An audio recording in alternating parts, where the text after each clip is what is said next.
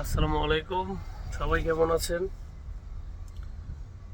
অনেকেই প্রশ্ন করতেছেন আমাকে যে চায়নায় এসে আমি কিভাবে ফেসবুক, ইউটিউব, টিকটক এগুলো চালাচ্ছি।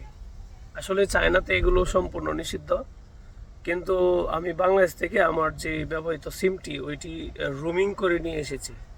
আমার এক বড় ভাই আছে, আকরাম ভাই, ওনার পরামর্শে সিমটি রুমিং করে নিয়ে আসাতে এখন আমি এগুলো সুন্দরভাবে ইউজ করতে পারতেছি। আর সিম রুমিং করে যারা চায়নাতে আসবেন অবশ্যই অবশ্যই সিম রুমিং করে নিয়ে আসবেন।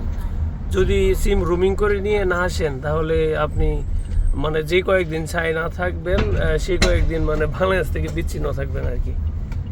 তো আপনি ব্যবহার করতে পারবেন উইচ্যাট, কিন্তু উইচ্যাটে আপনি তো সবার সাথে কানেক্ট থাকতে পারবেন না। তো সবচেয়ে সহজ পন্থা হলো চায়নাতে সিম রোমিং করে নিয়ে আসবেন, তাহলে আপনার সহজেই মানে ঠিক মানে বাংলাদেশে যেভাবে চলতে পারছেন চায়নাতেও ঠিক সেম ভাবেই চলতে পারবেন। আর চায়নাতে আসলে অবশ্যই আপনি কিছু কিছু বিষয় মাথায় রাখবেন। এখানে মানে একবারে আপনার নিষিদ্ধ ফেসবুক, ইনস্টাগ্রাম, টিকটক এগুলো।